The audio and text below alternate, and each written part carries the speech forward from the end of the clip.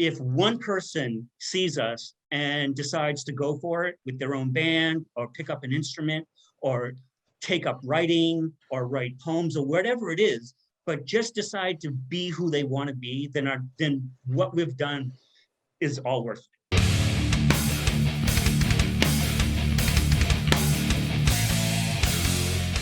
Ghost Code Magazine welcomes in the mighty GAYC DC. How are you guys doing? Or most of you? We're doing most great. Of the band. Yeah, we had a great rehearsal last night, and we're ready for this weekend. This is our first show since October, so we're really excited to be playing again. Yeah. Us too. We're glad you're getting out on the road. I'm so stoked for all of you, and I know you have a series of shows coming up, which is really exciting. And I just saw one of your recent videos, which had me in stitches. We're going to unpack all this stuff. First and foremost, it is a dumpster fire time in the year, in the world. And so, although I feel like a broken record and everybody's got fatigue from everything, I hope you're all okay and well. I hope your families, your friends, your collaborators, everybody's in one piece today. I don't know if you have any family overseas that's being affected by war. I hope not. It's just rough out here. And I just want to start every interview until the foreseeable future, just making sure everybody's okay before we start making jokes and talking about buttholes. And, we kicked off, but yeah, we are all very fortunate in that we haven't had too many problems. Some of us had gotten COVID, but because of the shots, at least talking about the shutdown piece of it, because of the shots, the symptoms were much less severe. So we just wanted to make sure we were taking care of each other, being considerate and saying, if we're going to get back in a room, let's see a negative test so that we can be sure with anybody else going on that we're confident enough, to get back in a room and rehearse. So we've been okay, and we've been staying busy doing the videos. You may have seen some of the content. We've been trying to do that and recording and while in shutdown. And now that we're back, it's just great. We can't wait to get out there. And crazy what's happening on the other side of the world in terms of Ukraine and Russia. The one comment I'll have, and if this is true, it might just be propaganda, but the Chechnyan warlord that was ordering gay people to be exterminated or thrown off buildings, I guess he died. He not only died, he was murdered. Awesome. I never root for the murder of anyone, but like in that case, good job, whoever did it, because Putin also is a crazy evil. It could be that RuPaul has a mercenary team. The RuPaul hit squad. I'm all about it. But it's just one of these unfortunate fallout. It's the collateral damage for this kind of a thing. And for us, that was a key thing that we were using. We said, if they're continuing to beat people up, beat gay people up and throw them off buildings, it's the reason why GAYC DC exists.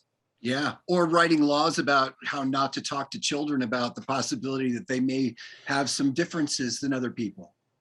Right.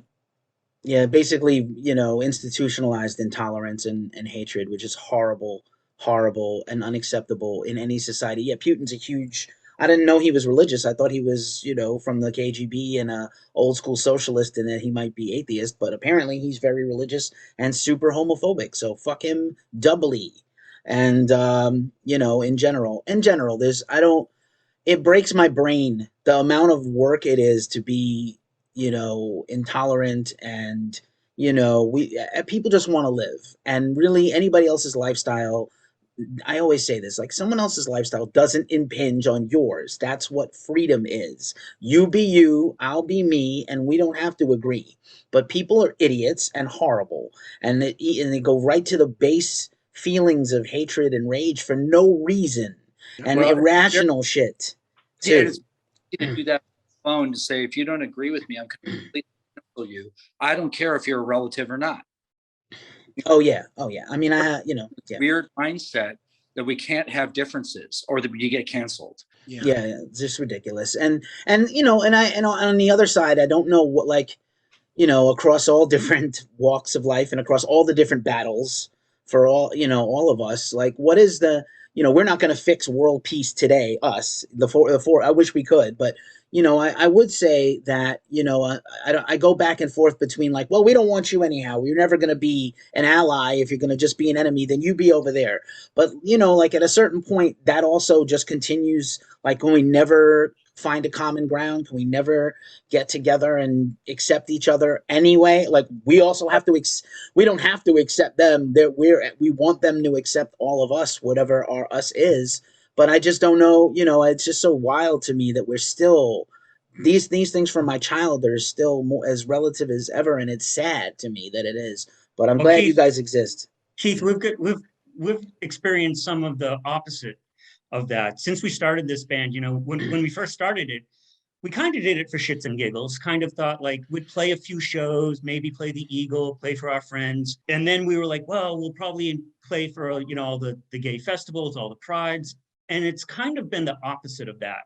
We found that we were starting to get booked into the mainstream music clubs here in LA.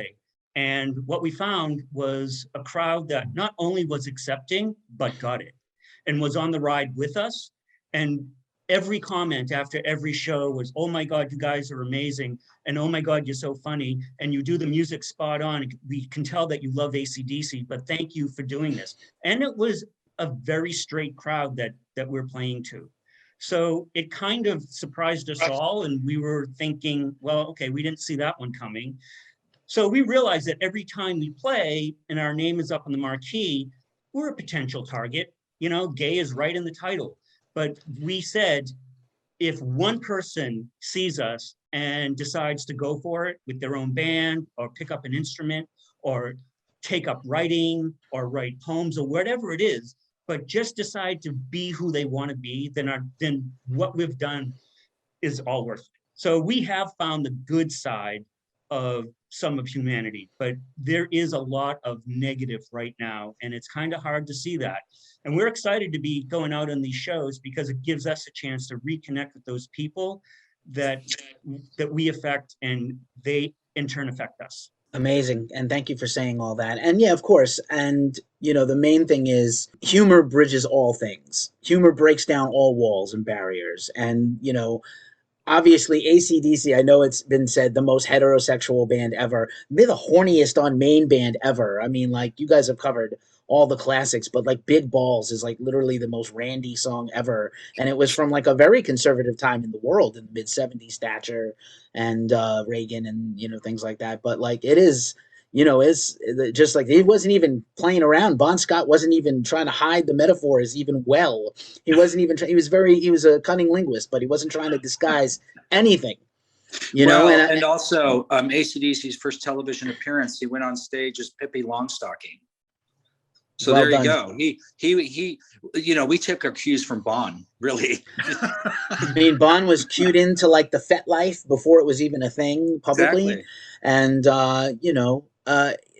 just kind of turning anything on its ear and going at something from another angle.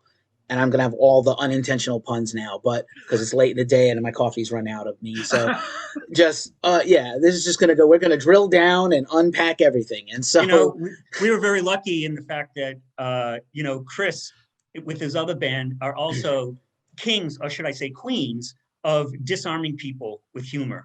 Yes. And so that's what he brought to this band. And we all agreed that is the way to get our message across. It isn't about screaming and snarling in someone's face. It's about kind of making them laugh, and then they have to think. But also, once in a while, you might smack them in the face with a dildo, and it kind of like, oh, now we maybe. Yeah, if you get smacked in the face with a dildo, there's no denying it. But of course, people will know Chris from Pansy Division. How did the band kind of form? So I love why the band formed, but how did the band form? So when I first moved to LA in 01 or so, I met a whole group of musicians in LA that I didn't know were there. And it was a whole network of queer musicians that were all playing in shows together and enjoying, doing stuff together. And so I kind of fell in with them. And eventually a few of them came up and said, we're starting an all gay tribute to the Go-Go's. And we're going to call ourselves the Gays. Would you be interested? And I'm like, oh yeah, that'd be hilarious. And so we played, and actually we were together like 10, almost, I think maybe almost 13 years even. And so we ended up playing the Go-Go's after party at their very last live show. And so we had a good run. It was fun. But the lineup had changed over time, and Brian he was in the lineup. And so he and one of the other ones, we were like, well, we still like playing together. So what other bands could we do? And we just started throwing out, names with the Gays, because, trying to change it a little bit. And one of us, I don't remember what happened or how it came up, but just said GAYC DC. And I was like, oh, wait a minute, hang on. Carl had started playing Back in Black on his guitar. Oh, that's what it was. And we all just looked at each other. Yeah.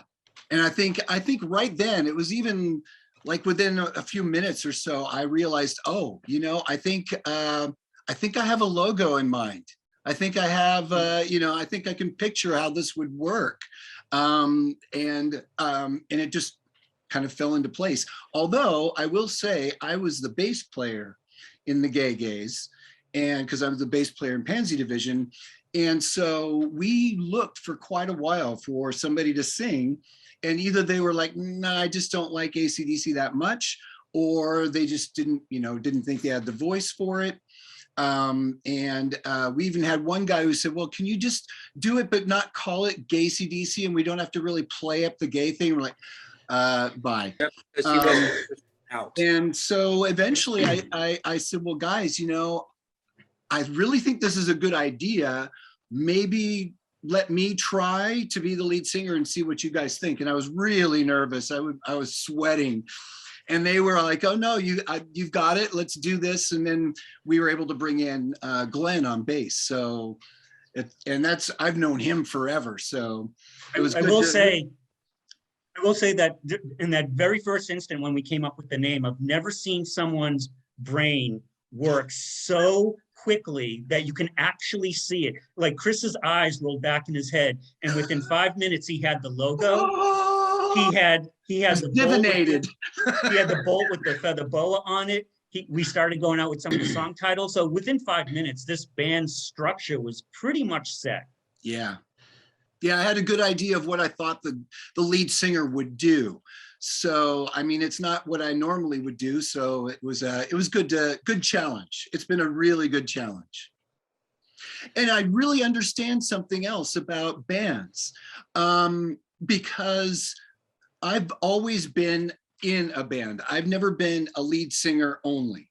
And so I've always kind of enjoyed that, being part of the machinery and the music and the spontaneity and the feeling that you're creating something, and the moments where you're having like these connections. Like in Pansy Division, I play with a drummer, and we don't even have to be looking at each other, and we'll just both do the same thing because we know each other so well. You just get that connection, and I love that part of it.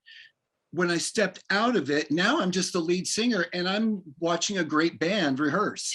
Basically I'm just singing on top of a great band. So I can understand how lead singer disease can develop, because they don't really have, I don't feel the connection to the music like I do if I'm the bass player. It's amazing. If that makes any sense. At the last rehearsal, talking about that, the development of that lead singer role. Even last night, he was holding a light bulb and expecting the world to turn to screw it in. So amazing. This has kind of said, no, actually, this is an unusual band, and that we all get along. It's like family. We all stand side by side, looking at the same goals, and we just have such a great time. We travel well together. It is really kind of such a cool thing to be part of this. Yeah, that sounds very rare and lucky. Yes, very rare is true. Yeah. I will say, Chris, you do a marvelous job on the vocals. Bon has such an iconic voice. People know these songs, and it's I was in a tribute band years ago, and it's like, wow, people really know this material. If you make a mistake, obviously there's a whole other element here, but like, people do know the material very well. Melodies, every beat, every solo. So there's a little bit of pressure there, but also I think with the presentation of the band, you're putting people on their heels anyway in the first place. So, and AC/DC was meant to be, they were not trying to be Led Zeppelin and Jimmy Page. They were trying to be sloppy. They were trying to be a fall down mess. a drunken bunch of great guys and not trying to, be perfect. They were not Deep Purple. So, and then I think like Brian is impossible to like, you really could not even replicate him, which you kind of always felt like maybe Brian is getting his nuts like scrunched in a vice or something. How does he hit those notes? But, and he makes the faces kind of like he's in pain. I don't know. As I'm getting older, I'm having, I don't know, like, I'm medically okay, but I've had a couple of nights where I've like rolled over on my nutsack in my sleep and been like, ow, what the hell? So I don't know if I'm just getting too old and too round in places and things are not cooperating with my sleep and I roll over and then I'm like, wake up and wincing in pain, clutching myself. And not in a good way at all, like not even because I want to. So I don't know. That's a personal problem. Sorry for oversharing, but we're talking about balls and ACDC and GAYC. Brian over the years may have had a similar situation. Maybe he has a vice grip grip. Right.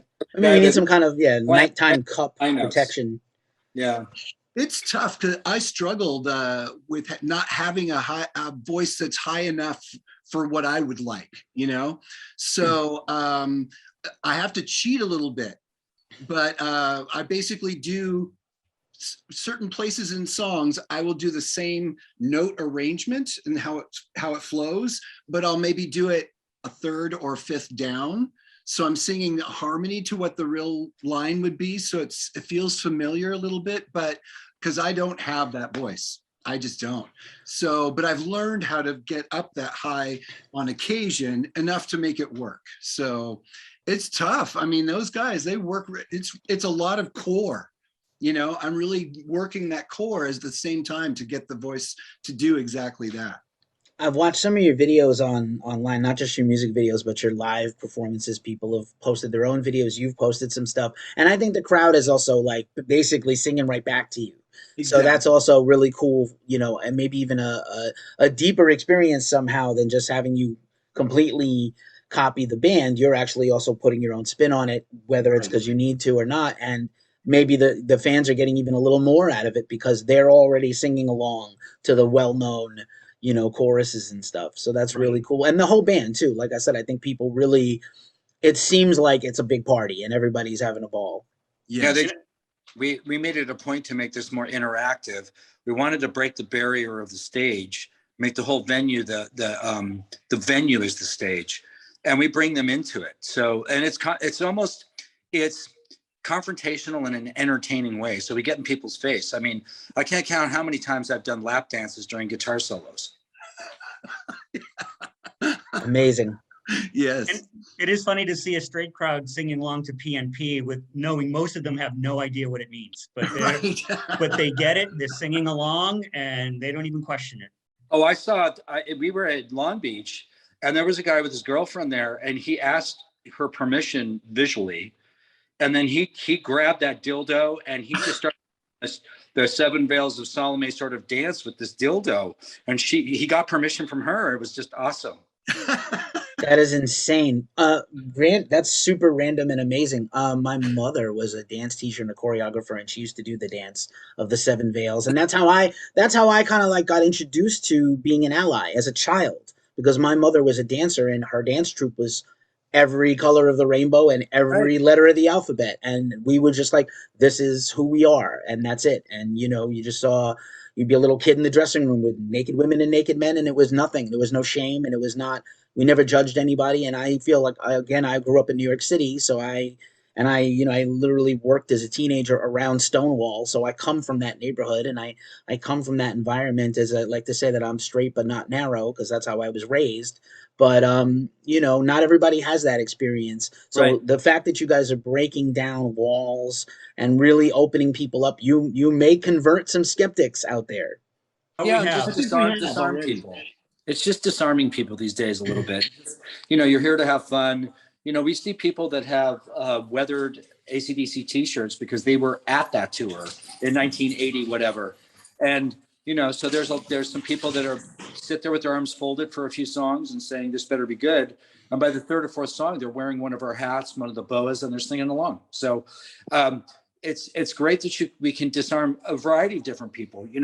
We never thought we would be playing any of the festivals, but because we they actually changed some of the melodies and we changed the words, and it's close to what they do, and we stay true to the music. There's less of a licensing kind of issue here. So the good news is that, you know, we've been able to play a lot of gay pride festivals as well, and we never thought we would. We didn't think, you know, the music would go over that well, but ironically, I think, especially maybe within the bear community, you know, there's a lot of kind of rock and roll people. So there are groups there, but it's great that we cross over as well, and just play, you know, hard rock cafes or whatever, and still, you know, get the point across and have a lot of fun. We That's have amazing. changed a few minds. This one gentleman who contacted us on Facebook, he contacted us just to rip us apart. He was a diehard homophobe, hated everything that we stood for. We were making a mockery of his favorite band. How dare we? And I just engaged him in conversation. And come to find out, he has a lesbian sister who the family disowned. And the sister and his dad had never, ever talked. And this guy and we had some conversations, and we went back and forth, and I stopped hearing from him. And then months and months later, he contacted me and just said, I want to thank you. You made me really have to rethink my position in my family and what I stood for and what's important. And to see you guys take my favorite band, but now I know how much you love them and why you're doing this. It made me rethink. And my sister and I have reconnected. We're best friends, and I'm her ally. That's amazing. Thank you. And he's for sharing coming that. to our first show Yeah. in Phoenix. He's coming to finally see us. That's amazing. Yeah, is that Bisbee Pride, right, on June 18th? That's amazing. The night before in Phoenix. Oh, sorry, and then Rebel we're playing Lounge. Bisbee. Yeah. Sure, we know Rebel Lounge too. Phoenix is you know, it's weird though, because, you know, I shouldn't say it's weird, but I think it's probably a weird confluence of a lot of rock fans don't understand that a lot of this machismo, you know, sensual rock music that was about guys getting chicks in the 70s. There's a lot. It wasn't just Rob Halford and Freddie Mercury, man. There's a lot of innuendo and weird gray area vibe there where, you know, maybe these people don't realize the word they've been singing wrong all these years probably, or they just heard what they wanted to hear, or they didn't see what they saw. You know, there's plenty, you know, Robert Plant is a gorgeous man, whether you're straight or not. And, you know, I don't know, people are just, you know, it just takes some time to spend with them to get them to come around. But, you know, again, I think back then in the 80s, if it was sort of, you know, androgynous or whatever, it was kind of looked at as okay. But I remember when the singer for King Cobra, who is now Marcy Free, when she announced that she was going to become Marcy, there was a lot of pushback about that. And there was a lot of hatred and vitriol thrown at her. And it was funny because King Cobra was such a hair metal band, right? I mean, they always looked like girls, right? But she is transitioning to an actual woman. That crossed the line. And I just remember the hypocrisy of a lot of the metal community and all those guys that were, you know, fawning all over all the hair metal bands. And we were all like, yeah, is it really so hetero? Well, right. I have experience being on tour in that time period with Cry Wolf. And yeah, there was a lot of lines blurred behind backstage. I mean, at that time, you had to kind of look like that. You had to be available to girls. They had to think that you were available so that they would buy your t-shirt or buy the CD or drag their boyfriends to your shows. And then we would get respect from, you know, the guys too, because of maybe what we did. But there was a lot of blurring of lines backstage and with tour managers and road managers, and there's all kinds of stuff going on. Steve, before you should explain the context for that, because I think, you know, you should talk about your Cry Wolf experience. Oh, I don't want to bore you. but I mean, it just helps to say that in the 80s, this was the band that you were in, and this is where you were playing and stuff. Coming full circle, and you look at me now and being a chrome dome or being follically challenged. I used to have hair halfway down my back, so I had Louis XIV hair, big hair, and we were kind of like out of Northern California first, And then we moved to LA as a band to try to make it. And to make it and get signed on the Sunset Strip, there were about 3,000 bands on a two city block area, all pushing each other around and fighting for probably 20 positions on the bills every night to get noticed and get signed. So we were out there passing out flyers every night, you know, and we actually, after a couple of years, Cry Wolf out of the LA area toured Japan without a record deal. So we had somebody put our demo tape.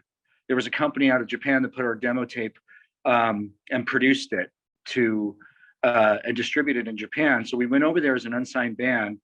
We got a deal with Sony, Epic Sony in Japan while there, and then came back and got signed in the US and toured. And so we toured the US, Japan, and Canada. And so we had a taste of it. And during that time, late 80s, early 90s, it was kind of that second wave, I guess, the kind of the hair band thing. And we never kind of really fit in with the LA crowd, although we had long hair. Our subject matter and things was a bit different. We had a bit of like a Van Halen type of presentation, I would say, with multi-part harmonies and guitar solos and all that. And then through touring and everything, it was learning what not to do in the music business. We were dropped by the record label, had all of our equipment stolen while in Houston, got dropped by the record label, and everything just kind of changed. And so I tried to keep everything going in maybe a second and third incarnation of Cry Wolf. And then that was kind of it. And then, you know, in the 90s, we had a switch where Seattle started becoming real prominent at that time. And so there was a shift, and it got back, you know, I'd always been playing music ever since, and recording with friends and doing some session work with people and a little bit of film scoring. So I kept busy. And then, you know, when I connected with Chris because he saw that I was a musician on one of these dating apps, actually. So I reached out, and he started talking about this concept, and I immediately went to Britney Spears, Oops, I Did It Again, and a beer maiden, like a beer frau. And if being bigger, if I did that and made it wrong, that kind of abomination could probably work. So I'd be like the paroidy schoolgirl and none of my clothes fit. So that's how this kind of went. And it was great because people don't realize how hard it is to kind of do Angus Young, to do it right, but also the physical part of it. People don't realize, you know, to get out there and run around like that is not easy. I had to train for it. But Steve brings up a good point about his look that he was developing. One of the first things right away when Chris came up with the logo and what the image was going to be, we all decided we didn't want to look like the band. We wanted to be our own characters and kind of be the AC/DC we wish we had seen growing up as gay kids. I think it was either Paul Stanley or Gene Simmons said, you know, they put KISS together to be the band they wished they'd seen, the band that they would go see. So we said, it's got to be a show. We can't just do the music. We've got to put 100% into the show, into the delivery, and we don't want to look like them at all. Why? Because there's so many other AC/DC tribute bands that do it and do it spot on and do it amazing. And a lot of them we're friends with and respect because they nail it. But we're like, we don't need to do that. We can do something completely different. And that's so Steve coming up with his look was hilarious because we were involved in like all the discussions of like his ideas he'd throw by and we're like, oh, we can't wait to see the finished product. And she did not fail to disappoint. He did not disappoint.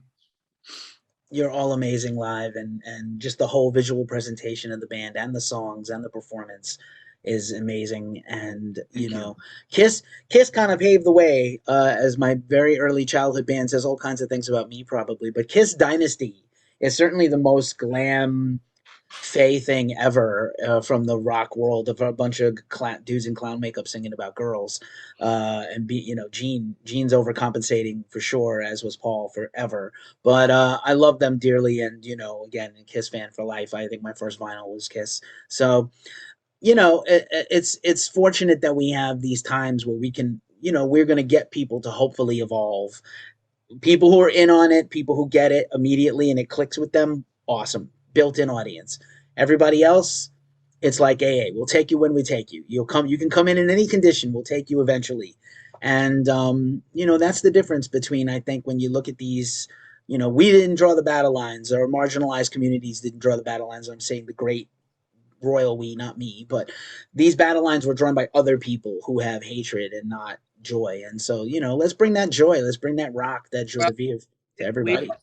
We also came from a background of fighting that ourselves. I mean, you know, everybody can talk about growing up what it was like to be different.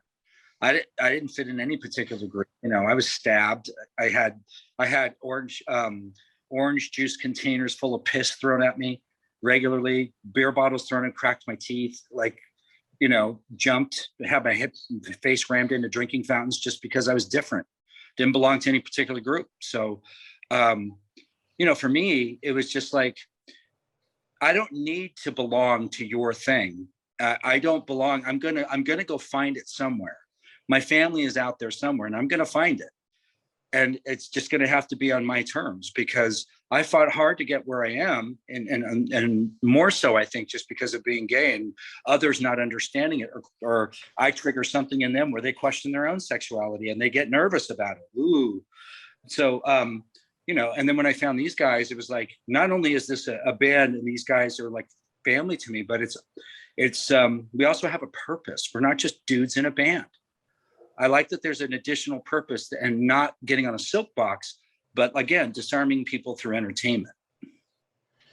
Yeah, it's good to have that altruism. It's needed, right? Actually, right now, again, like I said, the chaos of the world right now is what's needed. We need a little more thoughtfulness and a little more message in turn, you know, along with the medium. So, you know, I do think we've come a long way. I remember when I saw Poison for the very first time on their very first tour for Look What the Cat Dragged In, when they were on Enigma. I saw them at the Living Room in Providence. And I just remember seeing 4 guys up on stage that looked more like girls than the girls in the audience. And I knew I was gay, but I wasn't out yet. But I started struggling with that whole image thing back then, because I saw straight guys really, really being enamored and respecting this band that dressed up like floozies, right?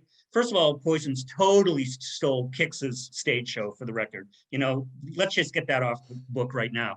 Poison completely ripped off Kix. But Poison obviously got bigger, and they had that image. And I knew, as a gay guy, well, okay, I think I'm more butch than those guys on stage, but they're getting all the respect because they have an instrument and they've got a record out. And we saw that with the whole sort of hair metal movement, although I hate that terminology, because that's not what that was about to me. But not for me either, but yeah, we just, you know, so I like glam rock personally, because I think that you can draw a thread from like British blues invasion all the way through to the 90s with glam rock.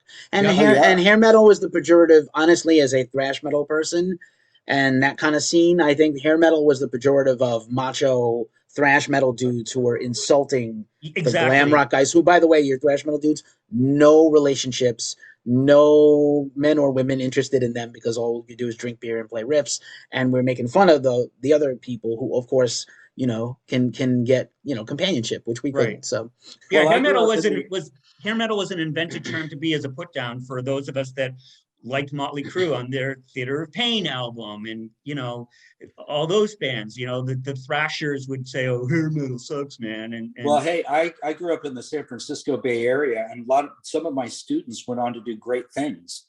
Were in some of those big bands. Some of my students there, my first job was teaching guitar, started when I was 16. And so I got all of that stuff. It was all about who's a poser and who isn't a poser. And if you're a poser, you need to die. That's it. I just saw Exodus literally do a show in Oakland, and Bailoff used to like cut the shirts off of people if they had like a poison trophy on his and wrist. They literally told that story. So I can tell you, I was at a Foundations Forum. So it was at the Sheraton near LAX. It was the showcase for all of the hard rock and heavy metal bands that were coming out. And when we went, there was a bit of a transition. There started to be, you know, Alice in Chains was playing in one of the conference rooms.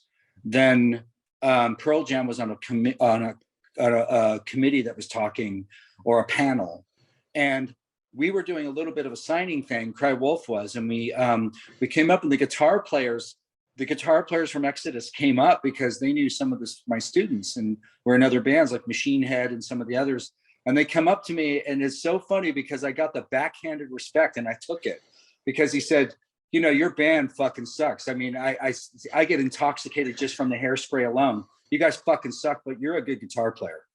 And they just, I don't want any fucking signature. Just, you know, I wanted to tell you that you're from the Bay Area, so you get that respect. Well, both And I those said, guys okay, are, cool. yeah. It was That's- backhanded, but I took it. Yeah, I get it. That's, you know, I think today both those guys, especially Gary, is an ally, and he would tell you differently Absolutely. today. No, he's And a Kirk great Hammett guitar taught player Gary himself. how to play guitar. And I imagine Yeah. you're talking. You said Machine Head. I imagine you're talking about like, yeah. I Phil. imagine you're talking about Phil Demmel. Yeah, of course. Yep. Who's like a huge, like you, a huge like Randy Rhoads neoclassical shred guy. Van Absolutely. Halen. Yeah, he's yeah, and he was a big Randy Rhoads, obviously with the polka dot guitars, but he lived in the same town where I was teaching. Oh, no way. I was going to say, so you said you're from the Bay Area, so Bottom of the Hill is going to be a homecoming show for you in a way. Yeah, for well, Chris and for myself. I mean, I've been in LA with the band situation, came down for the band situation since the late 80s. But when we go back, I still have people from back in those days, and then even going back and playing reunion shows in the Bay Area. So there's still kind of a thing for us there. Yeah. Definitely. Nice. The SF Eagle, which is right in my neighborhood, by the way, down the block from my house, it just started booking bands again. They have a little stage. Got to get you guys in there for an event or a Pride or something. We played there. Pansy Division used to play there at least once a year. Sure. And we played there with GAYC DC just once. The problem is they only do the live shows on Thursday nights. Ah, okay. There So it it's is. hard to get everybody up on a Thursday. It just kind of doesn't work. It was the head of I think either Folsom or Dory Alley. Okay. It was the Thursday before that weekend. Yeah. There it is. As we wind this down, I want to give you guys back your evening. You know, of course, it has. You know, you have so much material to pull from, not just stuff you've already done, but potentially stuff you haven't even approached yet. How do you guys put a set list together for these shows? Are you going to change it up for every single little run of dates? Do you have like a set things? These can't come out of the set list; they're too good. Do you face those challenges? I think we want to try to keep changing things to alleviate boredom, and also because there's a huge amount of work that you can do. But a lot of times we've tried songs and they just aren't us. So, or we think about it like, okay, well, this is a fair song, but if we're playing it live, which song in our 12 or 14 song set list is going to be replaced? So when you start developing those, like core 20 songs that you do, it's hard to want to like give up a really great song for something that not sure yet. But we do play around with stuff and try to like think about songs and like, okay, well, let's try the song, see if it works. But it's pretty much up to me to figure out the set list, because I try to create a story in my mind with different costume changes and stuff. So so it plays out over the whole show. And also to make sure, there's breaks and stuff for people to tune, that sort of thing. Lead singeritis. Sorry. I told you. When you take that bass player out and put him up front, this is what happens every time. You know what? I've been that guy too. Dressed behind that bass. I've been there. Just for a last question, do any of you have if you could name your singular favorite AC/DC album and song, don't have to be from the same one. Oh I wanted to ask the three of you that one, if you could choose. Well, Let There Be Rock is my favorite album because it was the first album I bought by them when it came out. So that's my favorite album. Favorite song though, wow. I know, so hard. Yeah, because it's there's so many songs that are like, there's like Ride On is one of my favorite songs. We would never do it in this band because it's too mellow, but that's one of my favorite songs. So it's hard to say. Yeah, I don't know if I could choose just one. I mean, if I had to say, well, if I'm only ever going to listen to one AC/DC song ever, it would probably also be Let There Be Rock, because that just has almost everything. Yeah, I think for me. And when it came out, it was almost punk. Nobody was playing that fast in 1977. That's right. Nobody was playing that fast. I think for me, it would be, I was introduced, my big introduction was the live album, If You Want Blood. So I would have to say that's such a great album. Power Age and Highway to Hell. Highway to Hell is when I started getting more into guitar. Everybody on the block knew this. I was playing hockey at the time, and just before we were let in to do hockey practice, Highway to Hell was always playing. It was always on in the Bay Area. And so, and that live album it was so kick-ass and so raw. So I think that kind of zone is where I am. In terms of a song, Riff Raff. That's a great one too. It really is. How about you, Brian? You know, I break it down into Bon and Brian. And for Bon, I would probably say Powerage. But for song is It's a Long Way to the Top. Because I used to go see Twisted Sister in the clubs. And they would open with that. The lights would go down and they would just play that whole song with the lights on their backdrop. And it just sent chills to me every single time. And then they would just literally, you know, just roar on stage and just kill. So that song, anytime I would hear it on the radio, it'd be like, oh my God, it's like a photo book, right? It just takes you right back there. But for Brian, I'm going to say my favorite album is Flick of the Switch, maybe Fly on the Wall. I love Flick of the Switch. It was my senior year. It came out. I loved the song Flick of the Switch and Guns for Hire because that's what they opened with on that tour. It was amazing. Again, I think about it, sends chills through me. It was just really, really amazing. You know, in this band, Glenn and I are the real big supporters of the Brian era tunes. So we fight to get them in there, and it's not always easy, but we have to make the arguments of why we want these Brian songs. So I'm gonna say Flick of the Switch. Nice. For my favorite album. It's a Long Way is my favorite AC/DC song, and I'm going to throw you guys a suggestion if you haven't already done it or considered it. Squealer is I'm the most obvious thing in the world, and I am Captain Obvious, but Squealer, there's a no-brainer. Go for it. So Squealer, who suggested that? Was either Clint or Glenn or both of them suggested it? Well, he was also holding up a butt plug with a pigtail. I think it was Glenn. Yeah, I think so too. Well, I think it was Glenn. We'll relook at that one. Thank you for the suggestion. We'll revisit that. Yeah, Keith. before. Yeah, that's a good one. Actually, that's a good one too. Yeah. All right. I won't take the first one is always free with me, and then after that we'll work out. We'll negotiate after. But Chris, Brian, Steve, thank you. GAYCDC, thank you so much for being here. Thank you for hanging out with Ghost Cult. Be safe on the road. Do what you do. Thank you for bringing the word out to people and breaking down these walls and lifting people up. Not just your community, but everybody. Thank you so much for hanging out with Ghost Cult. I really appreciate it. Thank you for letting us take this opportunity too. It's been awesome. Thank you, Keith. Thank you very much. And we'll see you on the road. Take care. All right. Take care. Bye-bye. Bye. Bye.